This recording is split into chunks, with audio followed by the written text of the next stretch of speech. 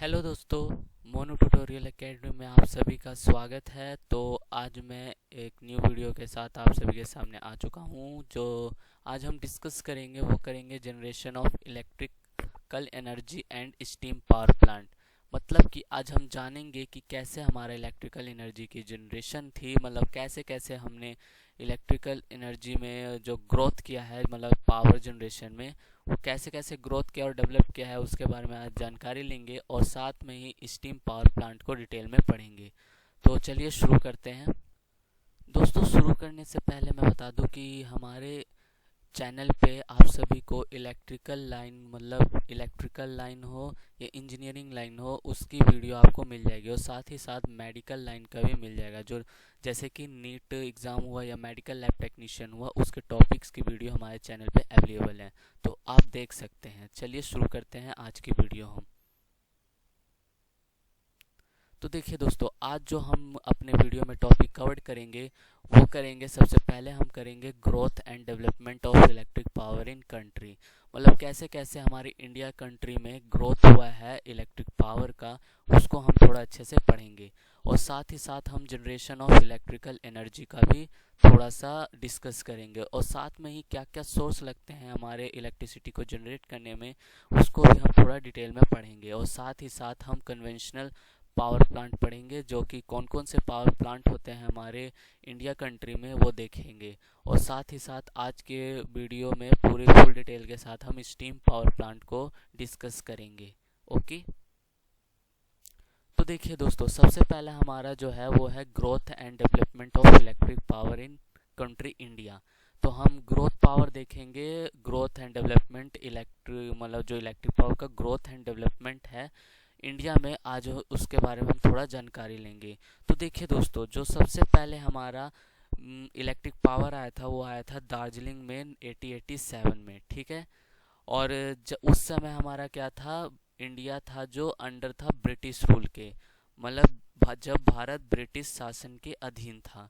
Okay, और जो हमारे दिल्ली में जो small amount of power, electric power available हुआ था वो हुआ था 1905 में, ठीक है। दूसरा है हमारा कि जब हमारा 1911 में CPWD स्टेबलाइज हुआ था, तब हमारा क्या हुआ था, एक स्टीम पावर प्लांट स्टेबलाइज हुआ था किंग्सवे कैंप इन दिल्ली में।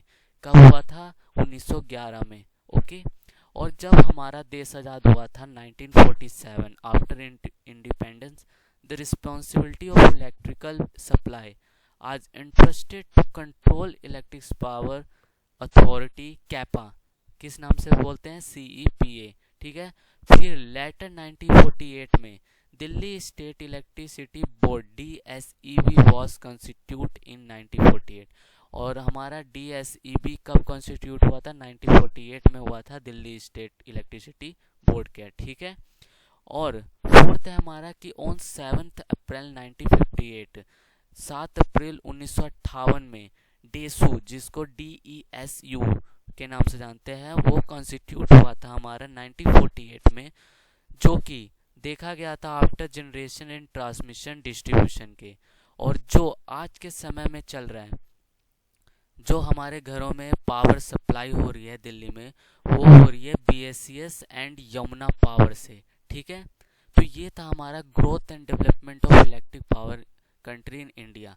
तो देखिए, सबसे पहला क्या था, 1887 में हमारा दार्जिलिंग में इलेक्ट्रिक पावर आया था, इतना याद रखिएगा। और जो लास्ट है, अभी लेटेस्ट जो करंट में चल रहा है, वो चल रहा है BSES और Yamuna power in Delhi. Okay,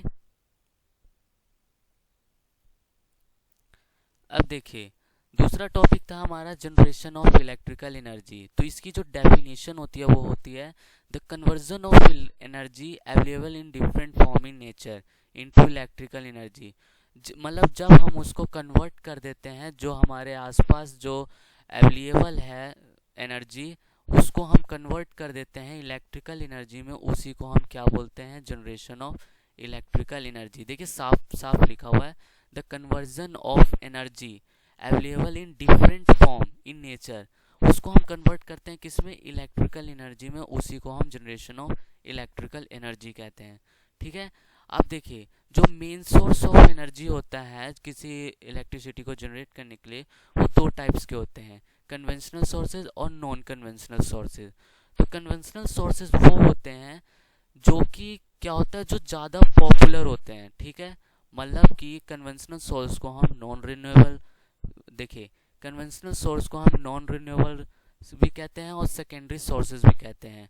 और ये ऐसे सोर्स होते हैं जो कि बहुत ज़्यादा पॉपुलर होते हैं और यूज करते हैं हम जनरेशन ऑफ इलेक्ट्रिकल एनर्जी के लिए, ठीक है। और जो हमारे कन्वेंशनल सोर्स है वो है कोल, वाटर, ऑयल और न्यूक्लियर फ्यूल। ये चार है जो हमारे कन्वेंशनल सोर्सेज है। दूसरा होता है हमारा नॉन कन्वेंशनल सोर्सेज। इसमें क्या होता है कि नॉन कन्वेंशनल सोर्सेज ज़्यादा पॉपुलर नहीं होते और ना ही ज़्यादा हम इसे यूज करते हैं जनरेशन ऑफ इलेक्ट्रिकल एनर्जी के लिए, ठीक है। अब देखें, जो नॉन कन्वेंशनल सोर्सेज है उसको हम रीन्यूएबल नाम से भी जानते हैं और प्राइमरी सोर्स से भी जानते हैं। तो कन्वेंशनल सोर्स को हम किस नाम से जानते थे, नॉन रिन्यूएबल, सेकेंडरी सोर्सेज और कन्वेंशनल। और नॉन कन्वेंशनल को हम किस नाम से जानते हैं, दूसरे नामों से, रिन्यूएबल और प्राइमरी सोर्सेज। जो हमारे नॉन कन्वेंशनल सोर्स होते हैं वो होते हैं सन होता है, विंड होता है, वाटर वेव्स होती है और इंटीरियर ऑफ द अर्थ होता है। देखिए, सन बेसिकली हम अपने सिर्फ घरों में यूज़ करते हैं ज़्यादा, या कोई बड़े से जब अपनी जगह में होता है, मतलब वो डिस्ट्रीब्यूशन के काम नहीं आता, ठीक है। मतलब सोलर पैनल में हम यूज़ करते हैं सन की जो रेज होती है, किरणें होती है, हम उसको यूज़ करते हैं, ठीक है। हीट एनर्जी को इलेक्ट्रिकल एनर्जी में भी कन्वर्ट करते हैं, या उसको लाइट मतलब जो बोलते हैं उसको, ठीक है। देखिए, अब कन्वेंशनल पावर प्लांट हमारा कौन कौन सा होता है, तो होता है सबसे पहला वो होता है steam power and thermal power plant. तो जो हमारा कन्वेंशनल पावर प्लांट होता है वो स्टीम पावर प्लांट होता है। दूसरा होता है हमारा डीजल पावर प्लांट होता है। तीसरा हमारा न्यूक्लियर पावर प्लांट होता है और फोर्थ हमारा हाइड्रो इलेक्ट्रिक पावर प्लांट होते हैं। और फिफ्थ होता है हमारा गैसेस प्लांट। अब देखिए, स्टीम पावर प्लांट या थर्मल पावर प्लांट को में हम क्या करते हैं कि हम एक तो क्या होता है कि हम उसमें कंबशन करा के स्टीम जनरेट करवाते हैं और हीट से हम क्या करते हैं, कन्वर्ट कर देते हैं इलेक्ट्रिकल एनर्जी में, ठीक है। तो इस पावर प्लांट में क्या किया हमने, हीट से कन्वर्ट कर दिया इलेक्ट्रिकल में। और डीजल पावर प्लांट में क्या कराते हैं कि हम डीजल यूज़ करके मैकेनिकली उसको रोटेट करवाते हैं, मतलब मैकेनिकल एनर्जी को कन्वर्ट करते हैं हम इलेक्ट्रिकल एनर्जी में। और साथ में न्यूक्लियर पावर प्लांट, न्यूक्लियर में हम फ्यूजन यूज़ करते हैं, ठीक है। उससे क्या होता है कि फ्यूजन को करवा के हम इसमें हीट को जनरेट कराते हैं और हीट को कन्वर्ट करा देते हैं हम किस में, इलेक्ट्रिकल एनर्जी में। इसमें क्या होता है, हीट जनरेट करने के बाद जो उसकी स्टीम मतलब हीट होती है काफ़ी मात्रा में, वो क्या होता है कि टरबाइन पे पड़ता है और टरबाइन हमारा रोटेट करता है। टरबाइन रोटेट करता है तो ऑल्टरनेटर लगा रहता है, कनेक्ट होता है टरबाइन के साथ और वहाँ पे इलेक्ट्रिसिटी जनरेट होती है। हाइड्रो इलेक्ट्रिसिटी पावर प्लांट में हम वाटर को यूज़ करते हैं। वाटर से क्या करते हैं कि मैकेनिकल वर्क करवा के हम इलेक्ट्रिकल एनर्जी में कन्वर्ट करा देते हैं। और साथ में गैसेस प्लांट में हम गैसेस फ्यूल यूज़ करते हैं, ठीक है। तो दोस्तों, आज के वीडियो में हम जो कवर करेंगे वो स्टीम पावर या थर्मल पावर प्लांट का ही डिस्कस करेंगे। और आपका मतलब जो बच गए हैं पावर प्लांट वो नेक्स्ट वीडियो में कवर्ड हो जाएगा। अगर आपको ये सारे पावर प्लांट को डिटेल में पढ़ना है तो चैनल को लाइक, शेयर और सब्सक्राइब ज़रूर कर लेना, ठीक है। तो देखिए, सबसे पहले आता है हमारा स्टीम पावर स्टेशन, और इसको हम थर्मल पावर स्टेशन भी बोलते हैं। इसमें क्या करते हैं कि हम हीट एनर्जी को, मतलब हीट एनर्जी किससे हम लेते हैं, कोल कंबशन करवाते हैं हीट एनर्जी के लिए और उसको कन्वर्ट कर देते हैं इलेक्ट्रिकल एनर्जी में। उसी को हम क्या बोलते हैं, स्टीम पावर स्टेशन। तो देखिए, generating station which convert heat energy of coal combustion into electrical energy, उसको हम क्या बोलते हैं, स्टीम पावर स्टेशन। ये बेसिकली इसका डेफिनेशन भी है। तो जो स्टीम पावर है वो बेसिकली वर्क करता है हमारे रैंकाइन साइकिल पे। अगर आपको रैंकाइन साइकिल नहीं पता है तो मुझे कमेंट बॉक्स में बताएं, मैं इसकी अलग से वीडियो बना दूंगा, ठीक है। तो दोस्तों देखिए, ये हमारा डायग्राम दे रखा है स्टीम पावर स्टेशन का। इसमें क्या होता है कि सबसे पहले हमारा क्या होता है, कोल स्टोरेज होती है और कोल हैंडलिंग प्लांट होता है, तो यहाँ पे क्या करते हैं हम ट्रेन या ट्रैक या किसी भी ट्रांसपोर्टेशन से कोल को स्टोरेज में डालते हैं। और डालने के बाद क्या होता है यहाँ पे कोल हैंडलिंग में जो मोटे मोटे कोल होते हैं उसको हम क्या कराते हैं कि पाउडर में कन्वर्ट करके हम बॉयलर में डालते हैं। अब वो इसलिए करते हैं ताकि हमारा जो कोयला है वो अच्छी तरह से बिल्कुल बर्न हो जाए, ठीक है। तो बॉयलर में डालने के बाद हम क्या करते हैं, जो ऐश बचता है उसको हम ऐश हैंडलिंग में डालते हैं। और फिर ऐश हैंडलिंग क्या करता है, ऐश स्टोरेज में सारा ऐश को स्टोर कर लेता है, मतलब राख को स्टोर कर लेता है। और इसको क्या करता है, सीमेंट कंट्री में, सीमेंट वाले कंपनी में इसको बेच देते हैं या दे देते हैं ताकि इससे सीमेंट बना सके ऐश से, ठीक है। उसके बाद इसमें क्या होता है, एक बॉयलर कनेक्ट होता है और साथ में ही हमारे 3 जो मेन होते हैं डिवाइस वो कनेक्टेड होते हैं, जो कि है एयर प्री हीटर, इकोनोमाइज़र और सुपर हीटर, ठीक है। उसके साथ में एक वॉल्व लगा रहता है जो हमारे टरबाइन से जुड़ा रहता है, जो कि स्टीम हमारी बिल्कुल हॉट स्टीम पास होती है हमारे टरबाइन पे। और टरबाइन क्या होता है, रोटेट करता है। और टरबाइन के साथ ही कनेक्ट होता है ऑल्टरनेटर, जो कि ये रहा, ठीक है। ऑल्टरनेटर क्या करता है कि जब टरबाइन रोटेट करता है तो ऑल्टरनेटर की भी रोटेट होती है, ठीक है।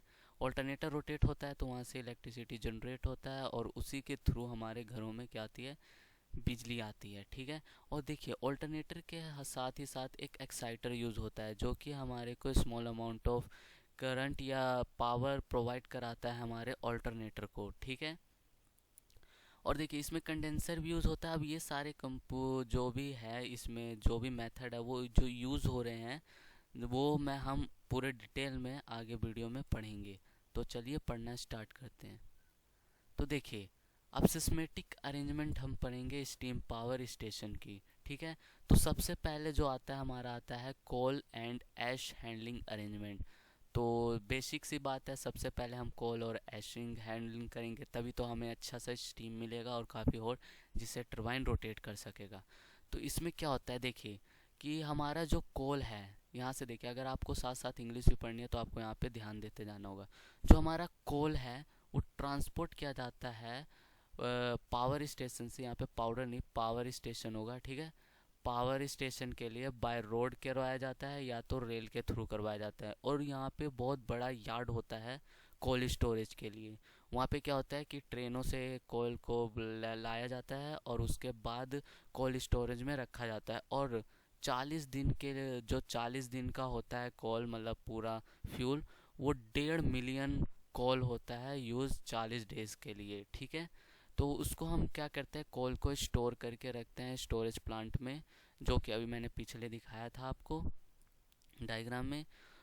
फिर उसके बाद क्या करते हैं, जो कोल है उसको डिलीवर किया जाता है कोल हैंडलिंग प्लांट में। वहाँ पे क्या होता है कि जो कोल को पल्वराइज किया जाता है, इट मीन्स कि उसको हम पाउडर में कन्वर्ट करते हैं, वो काफ़ी चूरा चूरा हो जाता है। और जो हमारा पल्वराइज्ड कोयल होता है वो हमारे बॉयलर के बेल्ट पे से के थ्रू कन्वेयर पे जाता है। और जो हमारा कोल है वो बर्न होता है बॉयलर में। और जो ऐश प्रोड्यूस होता है जब हमारा कोल पूरा जल जाता है तो वहाँ पे ऐश प्रोड्यूस होता है, मतलब राख प्रोड्यूस होता है, जो कि कंप्लीट कंबशन के बाद होता है, ठीक है। और उस ऐश को क्या रिमूव कर दिया जाता है हैंडलिंग प्लांट में, जो वो क्या करता है, डिलीवर करता है ऐश को एक ऐसे स्टोरेज में, जो कि फिर वो जो राख बचता है उसको स्टोर करके हम सीमेंट कंपनी को भेज देते हैं सीमेंट बनाने के लिए, ठीक है। तो देखिए अब यहाँ पे जो है 100 मेगावाट स्टेशन जो होते हैं ऑपरेट होते हैं 50% लोड फैक्टर के साथ। और इसमें बर्न कराए जाते हैं 20,000 ton of coal per month कराए जाते हैं, ठीक है। और जो ऐश प्रोड्यूस होते हैं, जो राख प्रोड्यूस होते हैं, वो 10 से 15% होते हैं कोल फाइड के, ठीक है। इट मीन्स 2 से 3 टन्स हमारे राख होती है 20,000 टन्स के कोल में, ठीक है। तो ये था हमारा कोल एंड ऐश हैंडलिंग अरेंजमेंट।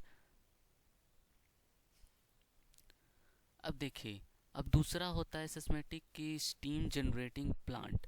अब स्टीम जनरेटिंग प्लांट में क्या क्या होता है देखिए, जो स्टीम जनरेटिंग प्लांट होता है वो कंसिस्ट करता है बॉयलर को for the production of steam, किसके लिए? स्टीम प्रोडक्शन के लिए। और auxiliary equipment utilization of flue gases.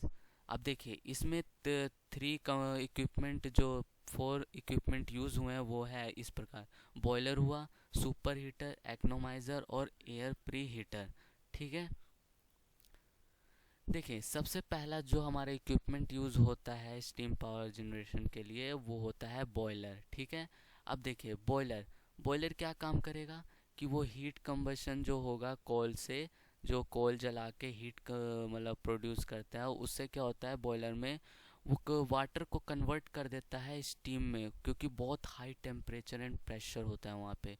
और जो फ्लू गैसेस होता है from boiler make the journey of their super heater economise air heater finally exhaust atmosphere through the chimney.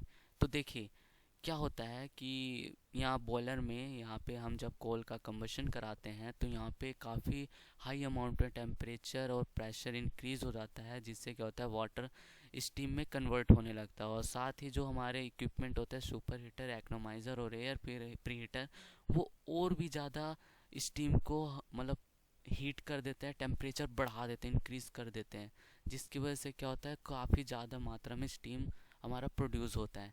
तो देखिए बॉयलर में सिंपल क्या होता है कि ये टैंक सा होता है बना हुआ, और काफ़ी ज़्यादा पाइप सी बनी होती है, जिसमें से जो हमारा होता है जो जैसे जब हम कोयल का कंबशन कराते हैं तो काफ़ी अमाउंट में क्या होता है कि चारों तरफ से हीट, जब हीट टेम्परेचर इंक्रीज़ हो जाता है, प्रेशर इंक्रीज़ हो जाता है, तो जो हमारा ये वाटर की जो पाइप है उसके 360 डिग्री मतलब पूरे चारों तरफ से क्या होता है हीट की हीट होती है, जिसकी वजह से वाटर बहुत जल्दी गर्म होकर स्टीम बनने को तैयार हो जाता है। ठीक है, तो ये था तो हमारा बॉयलर। दूसरा आता रहा हमारा सुपर हीटर। तो देखिए सुपर हीटर क्या होता है कि सुपर हीटर हमारा क्या होता है बॉयलर से ही कनेक्ट होता है, जो कि क्या करता है जो स्टीम प्रोड्यूस होता है बॉयलर में वो वेट कंडीशन में होता है। लेकिन सुपर हीटर क्या करता है जब हमारा सुपर हीटर से वेट स्टीम पास होता है तो थ्रू सुपर हीटर, तो उसको क्या करता है ड्राई कर देता है स्टीम को। ठीक है, मतलब कि जो स्टीम की टेम्परेचर है उसको इंक्रीज़ कर देता है with the boiling point of water, मतलब बॉइलिंग पॉइंट जो होती है वाटर की उससे भी ज़्यादा इंक्रीज़ कर देता है टेम्परेचर स्टीम की। ठीक है, बाय द फ्लू गैसेस। और जो भी फ्लू गैसेस होता है वो चिमनी के थ्रू निकल जाता है, मतलब जो भी कंबशन हमने करा है कोल को जला के हीट कंबशन, मतलब हीट जो उत्पन्न हुआ उसमें उसको हम बाय चिमनी से भी निकाल दिए जाते हैं। ठीक है, अब देख लिए जो फर्स्टली ओवरऑल एफिशिएंसी होगी वो इंक्रीज़ हो जाएगी हमारे किसकी, स्टीम की। और सेकेंडली क्या होगा कि too much condensation in the last stage of turbine, काफ़ी ज़्यादा कंडेंसेशन होगा हमारे लास्ट स्टेज ऑफ टरबाइन के, जो कि which would cause the blade corrosion. और क्या हो सकता है जो ब्लेड होती है हमारे टरबाइन की वो कोरोजन से मतलब क्या होगा काफ़ी ज़्यादा कॉज हो सकता है। ठीक है, इसको अवॉइड करने के लिए हम क्या करते हैं सुपर हीटर का भी यूज़ कर लेते हैं। और super heater steam from the super heater is fed steam turbine through the main valve. क्या होगा जो सुपर हीटर स्टीम है वो फेड करेगा सुपर हीटर स्टीम टरबाइन पे through the main valve. Main valve के थ्रू क्या होगा कि स्टीम जो होगा वो टरबाइन के क्या ब्लेडों पे पड़ेगा, और जिससे क्या होगा टरबाइन रोटेट करेगा। ठीक है, तो आई होप कि सुपर हीटर आपको समझ आया होगा। देखिए थर्ड आता है हमारा एक्नोमाइज़र। अब एक्नोमाइज़र क्या होता है, जो एक्नोमाइज़र होता है वो हमारा बॉयलर के साथ कनेक्ट होता है। तो जो हमारा बॉयलर में जो वाटर इनलेट होता है मतलब जो वाटर आता है वो बाय इकोनोमाइज़र ही आता है। वो क्या करता है जब इकोनोमाइज़र से थोड़ा ठंडा पानी आता है तो वो क्या होता है कि थोड़ा पहले से ही गर्म होने लगता है, मतलब जब तक बॉयलर में जाने से पहले वो क्या होगा थोड़ा हीट होने लगता है, जिससे क्या होता है जब वो बॉयलर में जाता है तो वो और भी ज़्यादा हीट हो जाता है ताकि उसको थोड़ा टाइम ना लग सके और जल्दी से इजीली वो गर्म हो जाए। तो देखिए लिखा भी है an economizer is essential feed water heater. Feed water heater के लिए इकोनोमाइज़र का यूज़ होता है और derive heat from flue gases for the purpose. The feed water is fed to the economizer before supplying of the boiler, मतलब boiler के supply से पहले ही क्या होता है वाटर फीड करते हैं इकोनोमाइज़र के थ्रू। ठीक है, the economizer extract part of heat flue gases to increase the feed water temperature. मतलब वही है कि जो मैंने बताया अभी कि थोड़ा पहले ही वो क्या करता है, टेम्परेचर बढ़ा देता है वाटर की, जिससे वो बॉयलर में जाने के बाद वो और भी ज़्यादा हीट हो जाता है। तो ये था हमारा इकोनोमाइज़र। नाउ नेक्स्ट आता है हमारा एयर प्री हीटर। अब एयर प्री हीटर क्या होता है इसको समझेंगे हम। अब देखिए एयर प्री हीटर क्या करता है कि जो हमारा एयर प्री हीटर होता है वो इंक्रीज करता है temperature of the air supplied for the coal burning by deriving heat from flue gases. तो मतलब वही है कि टेम्परेचर को इंक्रीज कर देता है। प्री हीटर क्या होता है, जहाँ पे कोल कंबशन होता है वहाँ पे क्या होता है, देखिए फ्रेश एयर अंदर आता है, जिसकी वजह से क्या होता है वो और भी ज़्यादा हीट प्रोड्यूस करता है फ्लू गैसेज, जिसकी वजह से क्या होता है air is drawn from the atmosphere. Air drawn होता है बाय एटमॉस्फेयर बाय फोर। एक ड्रॉट फैन यूज़ होता है, जिससे क्या होता है जो बाहर एयर होता है सराउंडिंग एटमॉस्फेयर में वो हमारे क्या होता है बॉयलर के अंदर आता है, जिसकी वजह से हीट जो है और टेम्परेचर है जो काफ़ी ज़्यादा इंक्रीज़ हो जाता है बाय एयर प्री हीटर के। ठीक है, अब यहाँ पे ड्रॉट फैन का यूज़ हुआ है और ड्रॉट फैन इसी काम आता है कि वो जो एयर है वो ड्रॉन कराता है from the atmosphere by force of draught fan is pass through the air pre heater. और एयर प्री हीटर के थ्रू पास्ड होता है before supply the boiler furnace. जो एयर प्री हीटर है वो एक्सट्रैक्ट कर देता है heat from flue gases and increase the temperature of air use for coal combustion. ठीक है, the principal benefits of preheater air are increased thermal efficiency and increased steam capacity per square metre of boiler surface की। ठीक है, I hope कि air pre heater समझ आया होगा। ये देखिए एयर प्री हीटर का डायग्राम बना हुआ है। एयर प्री हीटर में क्या है, फ्रेश एयर इनलेट होता है। ठीक है, फ्रेश एयर इनलेट होता है और यहाँ पे ये जो है ट्यूब्स, वो ट्यूब्स होते हैं जिसके अंदर क्या होता है वाटर होता है। और जो नीचे है ये जो बना हुआ है जिग जैग सा, वो हमारा हॉट एयर होता है जो कि यहाँ से आउट हो जाता है। ठीक है, और फ्लू गैसेज इधर से आता है। ठीक है, फ्लू गैसेज कौन से, जो हमने कोल को कंबशन करके करवाया है उसी को हम क्या कहते हैं, जो हीट सराउंडिंग में होता है उसी को हम फ्लू गैसेज बोल देते हैं। ठीक है, नाउ थर्ड आता है हमारा स्टीम टरबाइन। अब देखिए जो मेन था वो है हमारा स्टीम टरबाइन। क्या होता है, जो ड्राई और सुपर हीटेड स्टीम होती है वो from the super heater is वो मतलब सुपर हीटर के थ्रू हमारा ड्राई स्टीम जो है स्टीम वो फैड होता है स्टीम टरबाइन पे थ्रू मेन वॉल्व के। एक ये देखिए यहाँ पे एक मेन वॉल्व लगा होता है जिसमें स्टीम होता है और वो क्या होता है इन ब्लेडों पे काफ़ी मात्रा मतलब काफ़ी तेज़ी और प्रेशर से बाय मेन वॉल्व के थ्रू स्टीम पड़ता है, जो कि heat energy of steam when passing over the blade. जब हमारा heat energy of steam pass होता है ब्लेड ऑफ टरबाइन के, वो कन्वर्ट कर देता है इनटू मैकेनिकल एनर्जी में। मतलब जब हमारा काफ़ी प्रेशर में जो हमारा स्टीम है वो जब हमारा फैड होता है मतलब पास होता है ओवर ब्लेड के, तो क्या होता है ये मैकेनिकल एनर्जी में कन्वर्ट होता है। तो देखिए जो ये छोटे छोटे ब्लेड होते हैं उनको थोड़ा सा घुमाने के लिए, रोटेट करवाने के लिए काफ़ी मात्रा में स्टीम को हीट एनर्जी के लिए ज़रूरत होती है, जिसकी वजह से वो रोटेट होता है। और जो बड़े ब्लेड होते हैं वो इजीली थोड़े मतलब क्या होता है कि रोटेट हो जाते हैं। ठीक है, अब यहाँ पे सिंपल क्या है कि जो स्टीम है वो एग्जॉस्ट होता है to the condenser which condenses the exhaust steam by means of cold water circulation. और जो स्टीम जब पास हो जाते हैं तो वो जो स्टीम है वो नीचे एक यहाँ पे कंडेंसर बना हुआ होता है, स्टोरेज होता है। जो बचे हुए स्टीम होता है वो मतलब पार होके उस कंडेंसर में जाता है, जो कि हमारा स्टीम से क्या होता है लिक्विड में वो कन्वर्ट होता है। ठीक है, अब वो कैसे होता है वो देखिए। अब देखिए अब क्या हुआ, हमारा जो स्टीम टरबाइन था वो रोटेट किया बाय स्टीम से। ठीक है, अब अल्टरनेटर क्या होता है, अल्टरनेटर हमारे क्या होता है टरबाइन के साथ कनेक्ट होता है बाय शाफ्ट। ठीक है, अब देखिए steam turbine is coupled with alternator. जो स्टीम टरबाइन है वो कपल्ड होता है हमारे अल्टरनेटर के साथ, और जो अल्टरनेटर होता है वो कन्वर्ट कर देता है mechanical energy of turbine into electrical energy में। और the electrical output from the alternator वो डिलीवर्ड होता है हमारे बस बार में, जो कि थ्रू ट्रांसफार्मर और circuit breaker and isolator use होते हैं, जिससे क्या होता है फिर जो भी बिजली बनती है वो डिलीवर और डिस्ट्रीब्यूट होती है हमारे घरों में। ठीक है, तो देखिए इस टाइप यही इतने बड़े बड़े टाइप के हमारे अल्टरनेटर यूज्ड होते हैं स्टीम पावर प्लांट में। और देखिए ये हमारा अंदर का पार्ट है जो कि है ये शाफ्ट है, और ये हमारा क्या है रोटर है, और ये हमारा स्टेटर है जो स्टेशनरी होता है, और ये हमारा रोटर रोटेटिंग पार्ट होता है। और यहाँ पे क्या लगा हुआ है, कपलिंग हो रखी है, ठीक है, और ये स्लिप रिंग है हमारी, ठीक है, ये वाली स्लिप रिंग है। और ये हमारा स्टेटर केस है ये वाला, ठीक है। तो यही होता है हमारा alternator in steam power plant. अब देखिए एक फीड वाटर होता है। फीड वाटर क्या होता है कि जब हमारे बॉयलर में वाटर फीड किया जाता है, the condensate from the condenser is use to feed water to the boiler.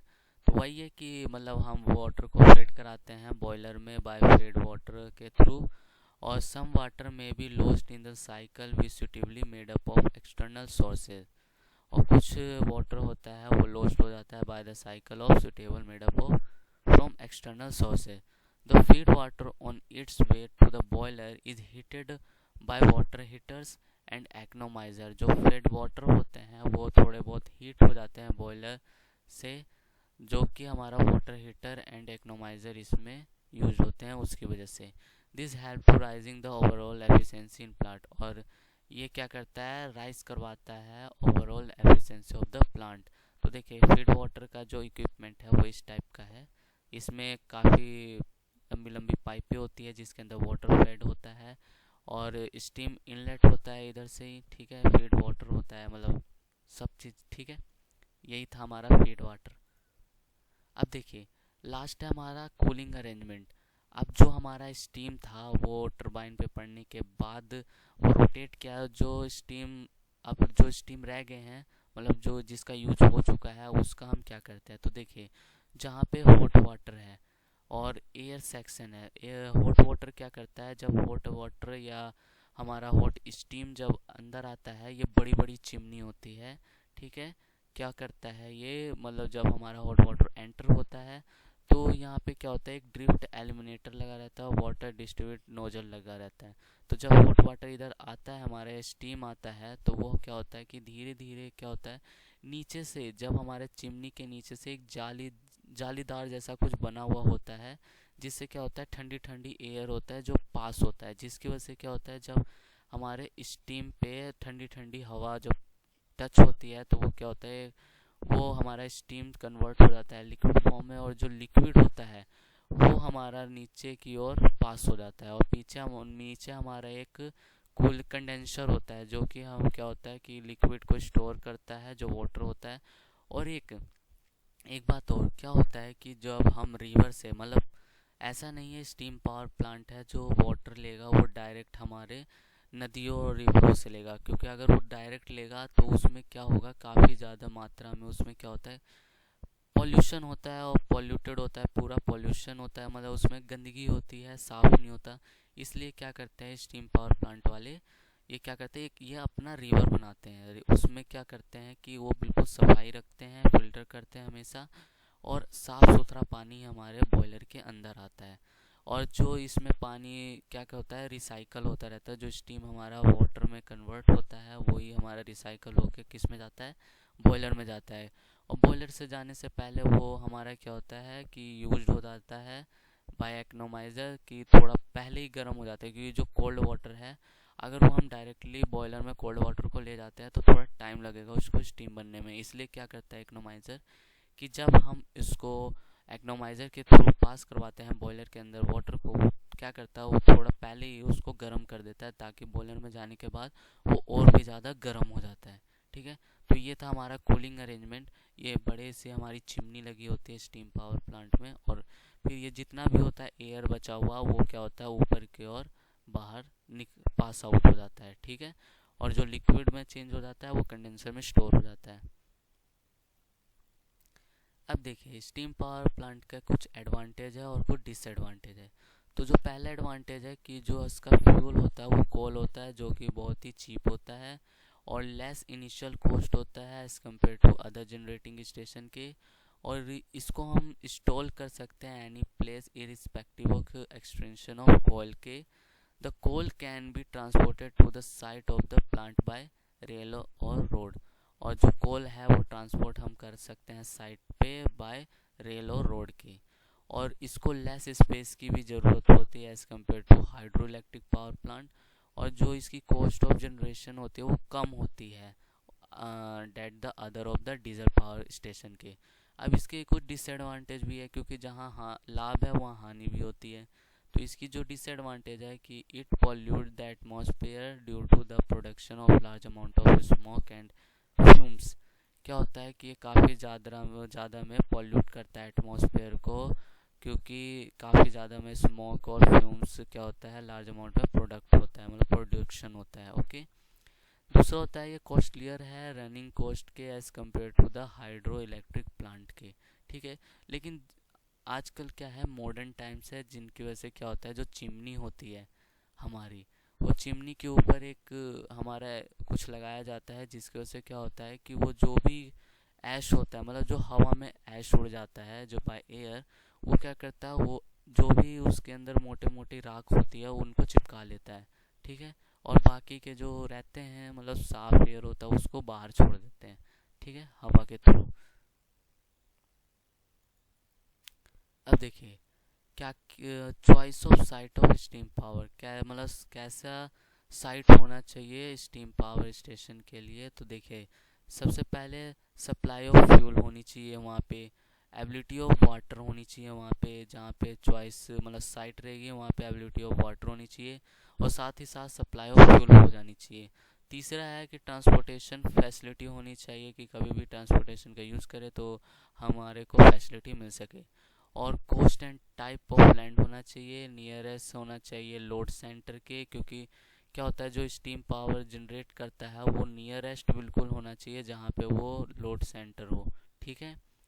और दूसरा है कि डिस्टेंस फ्रॉम पॉपुलेटेड एरिया, जहाँ पे इंसान रहता है उस पॉपुलेटेड एरिया से काफ़ी दूर होना चाहिए हमारे स्टीम पावर प्लांट। ओके। तो ये था हमारा choice of site of steam power station. तो दोस्तों thanks for watching for this video. I hope कि क्लियर हुआ होगा थोड़ा बहुत स्टीम पावर प्लांट और साथ ही साथ जनरेशन ऑफ इलेक्ट्रिक पावर। और नेक्स्ट वीडियो में हम बात करेंगे जो अदर प्लांट है, like diesel power plant, hydro power plant और साथ ही न्यूक्लियर पावर प्लांट। एक एक करके हम सारी वीडियो को में डिस्कस करेंगे। तो वो वीडियो देखने के लिए चैनल को क्या कर देना, सब्सक्राइब कर देना, और साथ में बेल आइकन को भी प्रेस कर देना, जिससे क्या होगा कि आपको अगली वीडियो की नोटिफिकेशन मिल जाएगी। ठीक है। और दोस्तों अगर मेरी वीडियो पसंद आई हो तो लाइक कर देना, और साथ ही साथ शेयर करना अपने दोस्तों में, ताकि वो भी कुछ न्यूज़ सीख सके। और अगर आपको इसमें कहीं डाउट है या मेरे से कहीं कुछ गलती हुआ है तो कमेंट बॉक्स में बता दें।